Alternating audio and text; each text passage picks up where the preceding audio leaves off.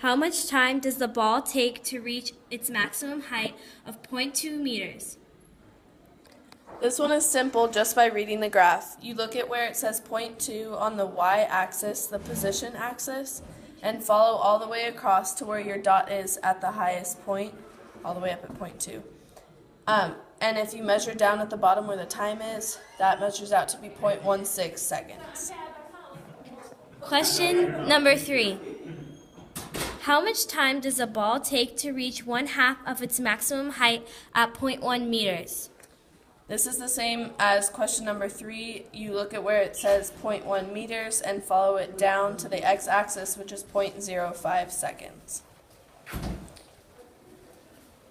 Question 4.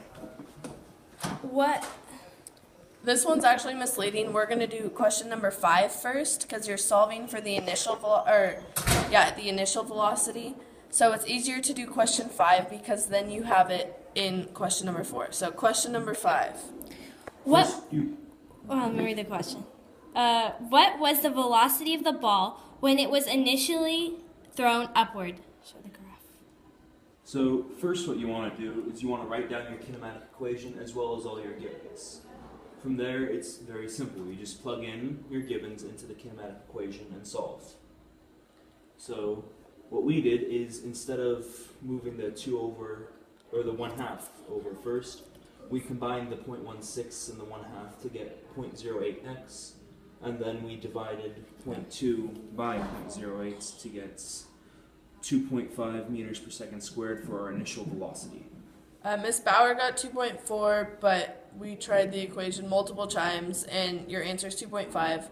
So just whatever numbers that you have on your acceleration for, just plug those in, and you should get the correct answer. For number 4, estimate the acceleration throughout the graph using your givens of initial velocity, final velocity, change in distance, and change in time. Okay, so for number 4, you're solving for acceleration. So you have the initial velocity, which we solved for in question number 5. You have the final velocity at 0 meters per second, which we can find on the graph. And our change in x will be our don't care value. Our change in time is 0.6 seconds, which we got from the graph. 0.16. 0.16, sorry.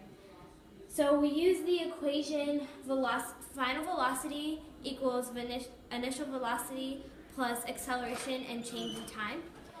So we plugged in our numbers and we worked out the equation, and once we move the 2.5 over and divide it by 0.16, we get the answer of acceleration equals -15.625 meters per second squared. Again, this was a different answer than Miss Bauer's, only because we used 2.5 instead of 2.4 as a initial velocity time.